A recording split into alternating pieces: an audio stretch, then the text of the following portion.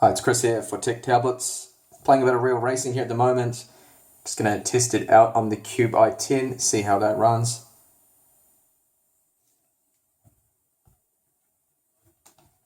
And later on I'll show you a couple of benchmarks that I ran, Antutu, Geekbench, Epic Citadel. Alright, so just get into a quick race here.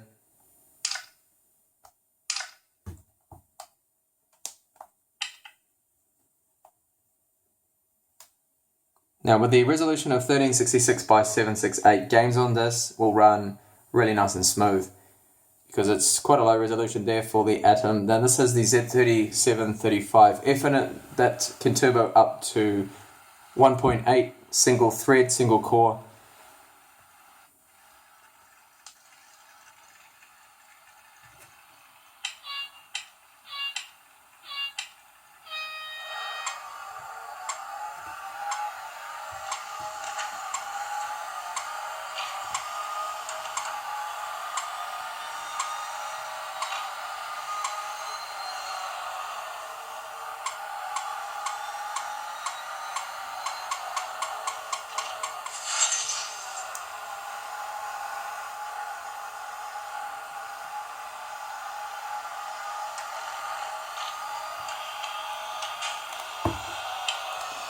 So you can see the game is running really smooth.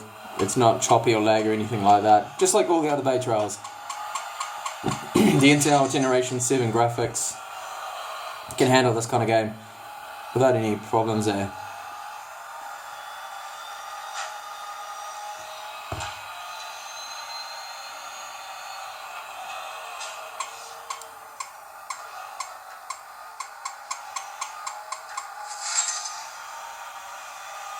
Okay,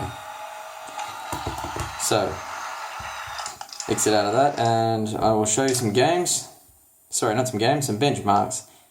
I will boot up another game, but there's not much user storage, so that's all I could really fit in there when it comes to large games. An Epic Citadel I ran really well. Geekbench 3. Let's have a look here in the gallery. So Geekbench 3 score is right here. Almost 800 on the single core there, which is not a bad score. Now the multi-core score there is a little bit lower.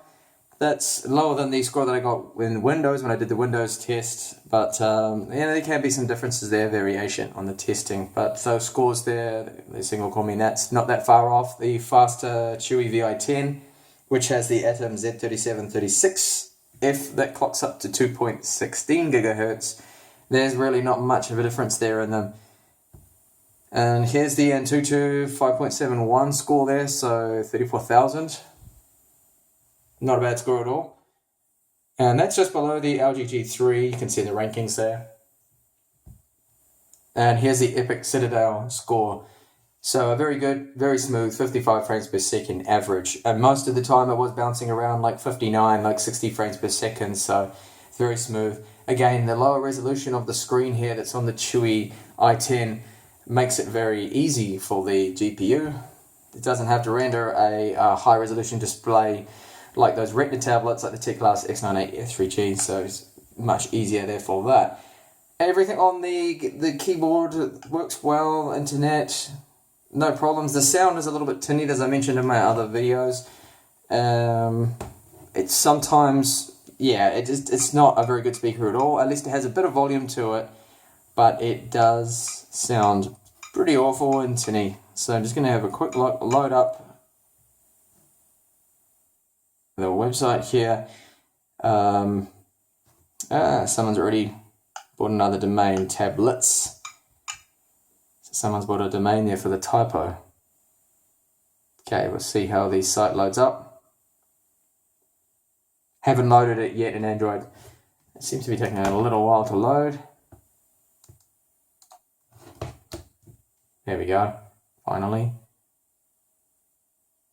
So the site loads in there, and it's relatively smooth. There are a lot of images on the Tech Tablets website there, so it does come into play here when you're scrolling. So if I just click on a post here, and load up. Whoa, very laggy just there. there is a YouTube video embedded in the page, so that probably had something to do with that lagginess. It's Chris here for TechTablets.com. Got in front of me here two Tech Plus X98 ears. One of them is running. Yeah, the YouTube works fine on it. And the home button, Windows home button there does work, of course, in Android too, so no problem. Now the cameras are really pretty awful because it's only 2 megapixel camera and not really the best. So if I put my mouse there and see if I can take a quick snap of it, you'll see that it doesn't look very good because it doesn't have autofocus at all. It's a fixed focus camera, so not really great at all for photography, but it's going to be okay for videos like Skype and things like that I've found out that you can get away with it. It's not going to be the best quality. Front-facing camera is only VGA. Now that's a very low resolution there, so it's only 0.3 the megapixel count on the front-facing camera. That's the same that the Chewy VI8 has, HI8. It's a common camera on budget, lower-end tablets. And again, passable for video, but you wouldn't want to use it too much for anything serious. Any good video chat, you want someone to look at you and see you in HD, well, you can forget about that because it's only VGA resolution. So I'll see if I can get a couple of other games here installed, maybe try out some Mortal Kombat X, but I'm going to have to remove Real Racing because I don't have enough free space because you get hardly anything.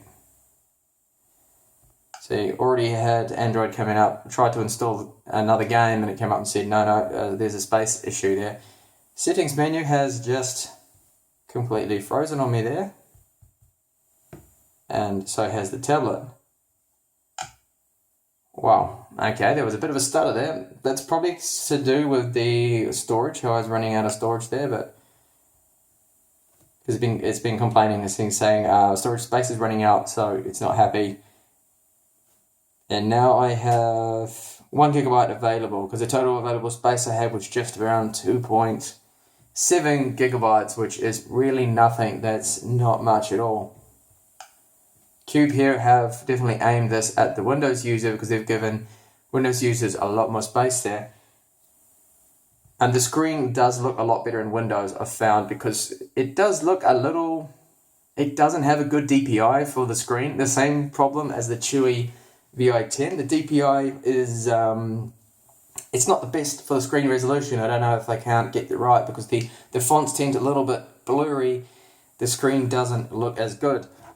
But when you boot over to Windows, it doesn't look as bad. You can see here that it's okay, but it's not the sharpest really. So Play Store, of course, is working all fine. There's no issues with that. I did find when I first went to log in that it would just come up with a Play Store all in white there. I had to reset the whole tablet, and then when I came in, all I need to do is hit accept on the terms and conditions, and then it will load up there for me. So let's see if I can download here Mortal Kombat X. And I hope I have enough free space. So I'm not really too sure how much it actually needs to install the whole application. You can see that Play works alright. I mean, it's a little bit of lag there when it's loading in the images, but that is common there. Seems to happen everywhere. Obviously I need to install the data packs now, so I will pause the video and let that install.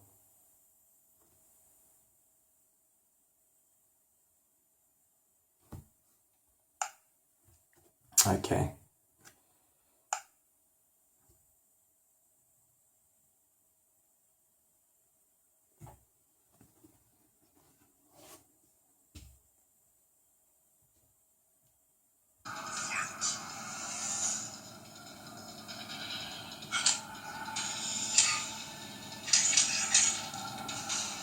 So I got the game working, you can see. Seems to run well.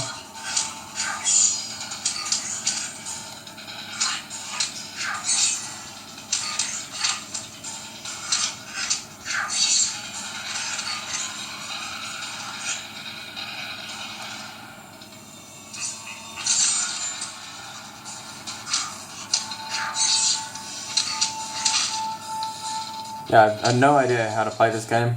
First time I've actually installed it and played it. It seems to run fine. Not a problem.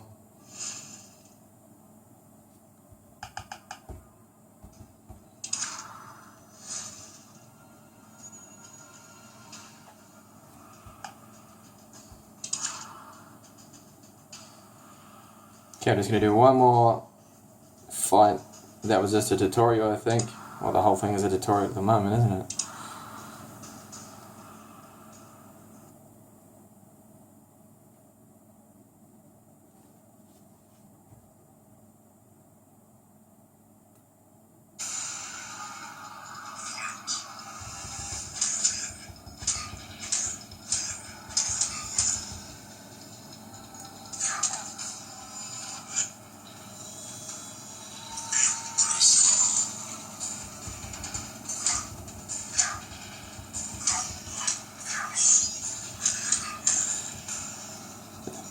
No idea how to play this game, but you just seem to be just tapping away at everything. It doesn't even...